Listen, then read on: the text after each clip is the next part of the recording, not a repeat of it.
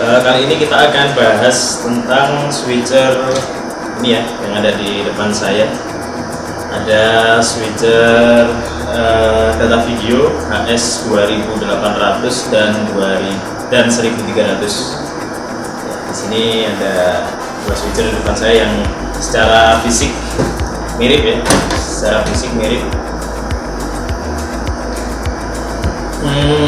Untuk pertama kita akan bahas yang ini dulu ya, 1300.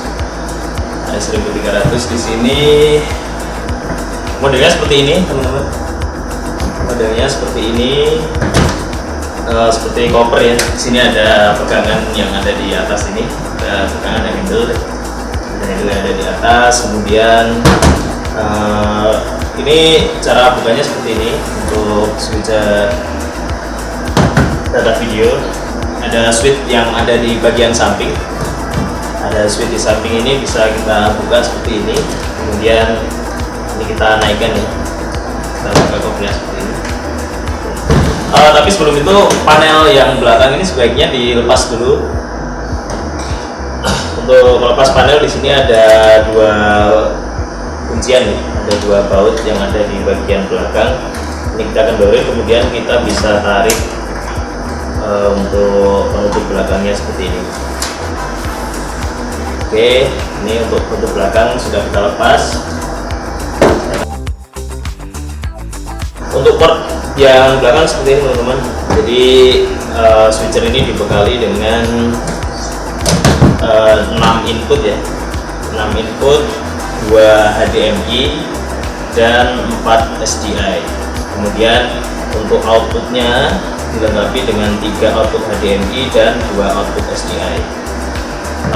Dan switcher ini sudah memiliki FrameSync internal ya, jadi kita tidak membutuhkan perangkat FrameSync seperti ini, seperti yang ada di sebelah saya ini, karena sudah terdapat FrameSync internal. Jadi untuk embedder pun, untuk mengembed audio kita juga tidak membutuhkan embedder seperti ini ya, membutuhkan embedder karena sudah ada port input untuk audio yang ada di sebelah sini, untuk audio channel 1 dan channel 2. Kemudian untuk power supply, switcher HS 1300 ini tidak menggunakan AC out ya, artinya dia tidak ada power supply yang built-in di dalam switcher. Untuk switcher ini masih menggunakan adapter eksternal. Jadi ada adapter eksternal yang digunakan untuk mengaktifkan switcher HS 1300. Kemudian untuk formatnya juga sama dengan yang saya gunakan saat ini. Ini untuk tampilan seperti ini ya teman-teman ya. Untuk tampilan dari buttonnya, button dari seri yang ini 2800. Karena seperti ini, untuk layar tampilan multiview seperti ini teman-teman. Ini bisa kita rubah juga untuk tampilan multiview-nya. Kemudian untuk tampak dari depan seperti ini ya. Untuk tampak dari depan seperti itu, dibekali dengan 12 input. Ini ya, input gambar. Terdapat tiga option ya, bisa digunakan 12 SDI atau di channel 4, 8 dan 12 itu bisa diganti ke port HDMI. Jadi di port nomor 4, nomor 8 dan 12 itu bisa dipilih kita mau menggunakan SDI atau HDMI. Untuk belakangnya seperti ini ya. Untuk tampilan belakang itu terdapat ini ya, yang di layar di sebelah SDI input 4 itu terdapat input HDMI 1. Nah itu nanti bisa kita setting ya di menu, kita mau menggunakan port yang HDMI atau port SDI. Untuk yang channel 4, channel 8 dan channel 12.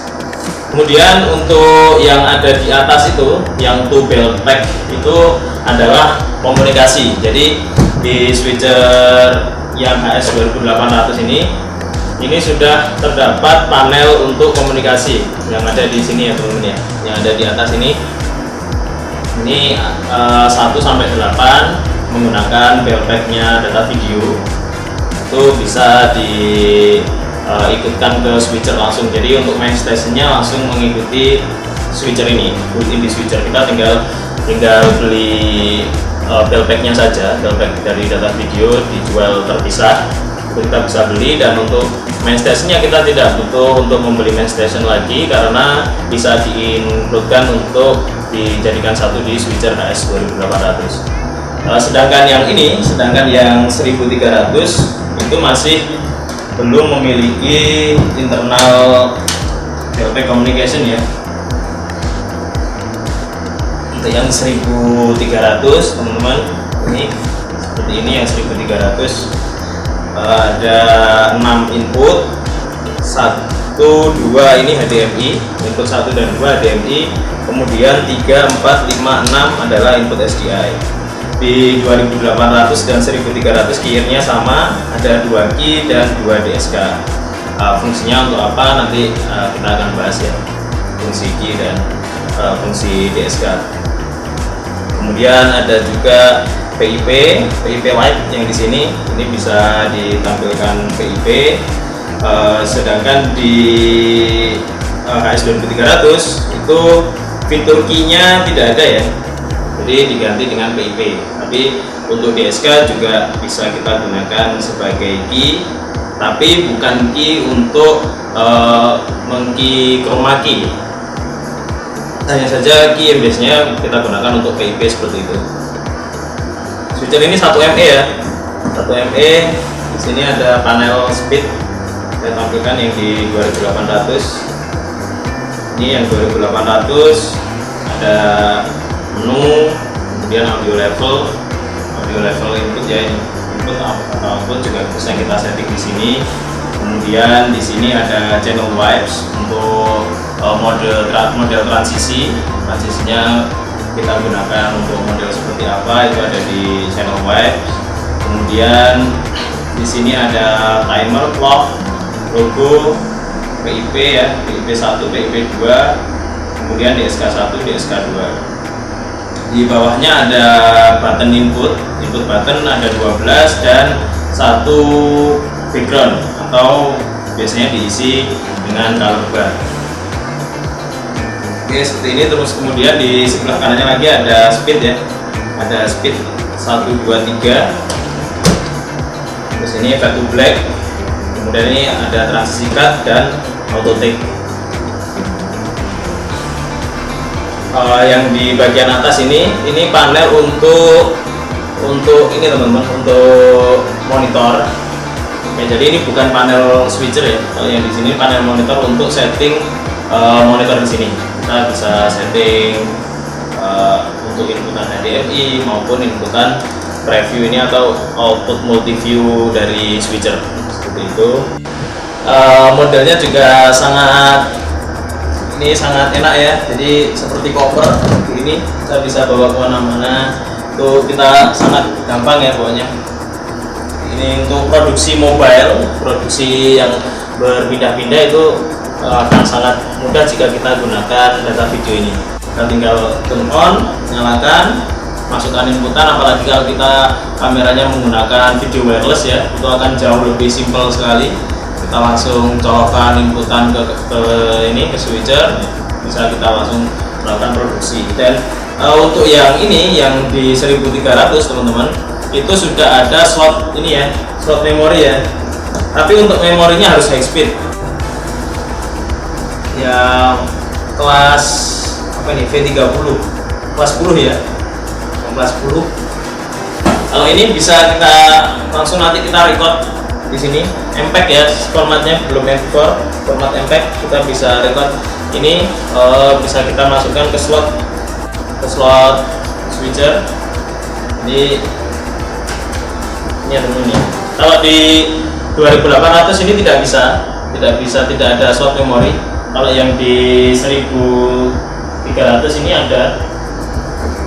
slot memori ya. Jadi nah ini ada slot memori di sini teman-teman. Ini ada slot memori ya. Memori ini bisa kita masukkan di sini. Nah, sini langsung kita bisa lakukan proses recording dengan format MPEG.